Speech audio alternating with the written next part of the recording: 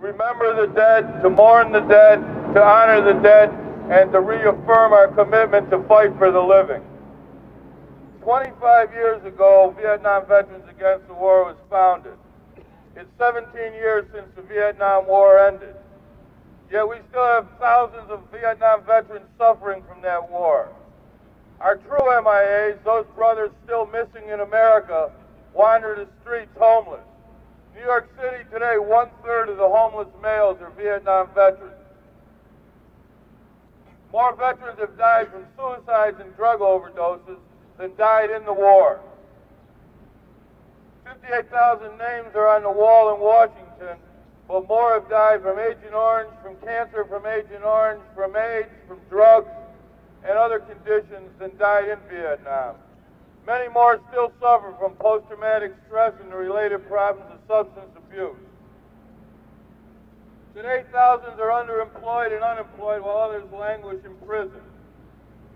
Veterans of America are still being denied justice by the government that sent us to fight that war 20 years ago. Meanwhile, the victims of other countries who were subject to American wars still are being punished.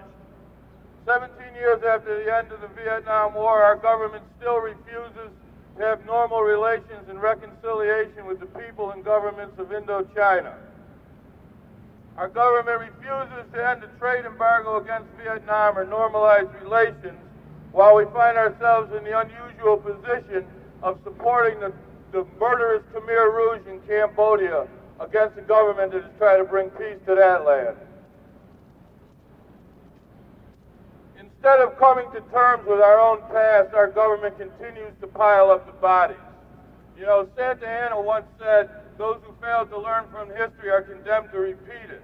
And if we take a look at 1992, we find ourselves once again going full cycle. In 1968, 1969, we came home from the war to the war at home. In 1992, troops came home from the war in the Persian Gulf to the war in Los Angeles. Unemployment continues to rise in America, racial violence, denial of women's and workers' rights, and now we have troops in the streets of America. Bush's answer to the social problems of America. We're going through the same cycle all over again. This is an old story to us. So when we're here today, 25 years later, this is not a reunion.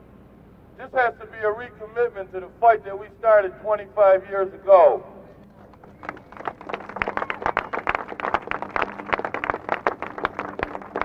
We have to ask, are we going to just come back and tell old war stories or old peace stories?